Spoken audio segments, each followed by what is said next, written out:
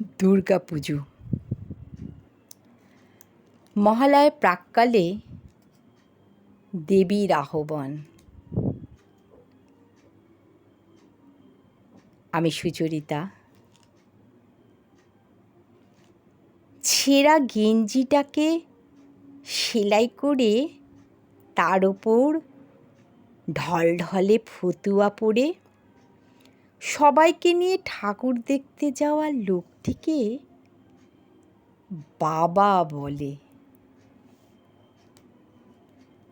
এক কৌটা গোবিন্দভোগ চাল আর সামান্য ঘি বাঁচিয়ে রেখে পুজোর মধ্যে একদিন পোলাও রান্না করা মহিলাটিকে মা বলে। বন্ধুর জন্মদিনে পাওয়া চকলেটটাকে লুকিয়ে সালোয়ার কামিজের ওড়নায় ভাইয়ের জন্য বেঁধে আনা মেয়েটাকে দিদি বলে। কাঠি আইসক্রিমটা অর্ধেক গুলিয়ে ফেলে হাতে নিয়ে দিদির জন্য এক ছুটে মাঠ পেরিয়ে ছুটতে থাকা ছেলেটাকে ভাই বলে। ফুলে ওঠা নতুন তাঁতের শাড়ি পরে দুটো ছোট ছেলে মেয়ে হাতে ধরে বেরোনো বাতে পঙ্গু বৃদ্ধাকে ঠাকুমা বলে। ডিজাইনার পাঞ্জাবি পরে অঞ্জলি দিতে দিতে পাশের বাড়ির নতুন শাড়ি পরা মেয়েটাকে কলেজ পড়ুয়া ছেলেটির আর চোখে দেখাটাকেই ভালো লাগা বলে। টরন্টো দুবাই থেকে ফিরে অষ্টমীর রাতে সবাই মিলে একজোট হয়ে স্কচের আসরে পাড়ার ইলেকট্রিশিয়ান হাবুকে নেমন্তন্ন করাটাকে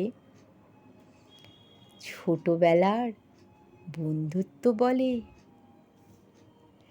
শিল্পীর হাতে 6 মাসের মেহনতে বানানো দুর্গা ঠাকুরটিকে নাড়ি ছিন্ন করে বিক্রি করে সেই টাকায় অনাথ অসহায় পথ শিশুদের জন্য জামা কাপড় কেনাটাকেই মানবিকতা বলে।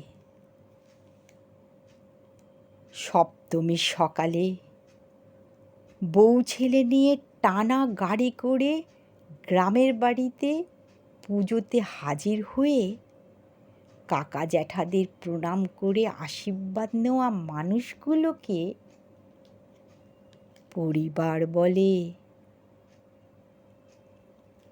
পুজোর জন্য ছুটি বাঁচিয়ে রেখেও ছুটি না পেয়ে বাড়ি ফিরতে না পারা কর্তব্যনিষ্ঠ কর্মরত মানুষগুলোকে ফৌজি বলে।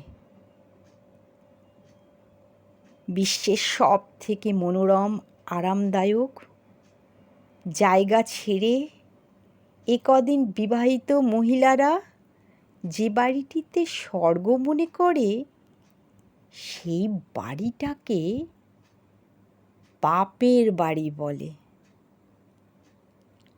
আর এই চিত্রকল্পগুলোকে একসঙ্গে সাজিয়ে নিলে যেটা তৈরি হয় বাঙালিরা তাকে এক কথায় দুর্গাপুজো বলে।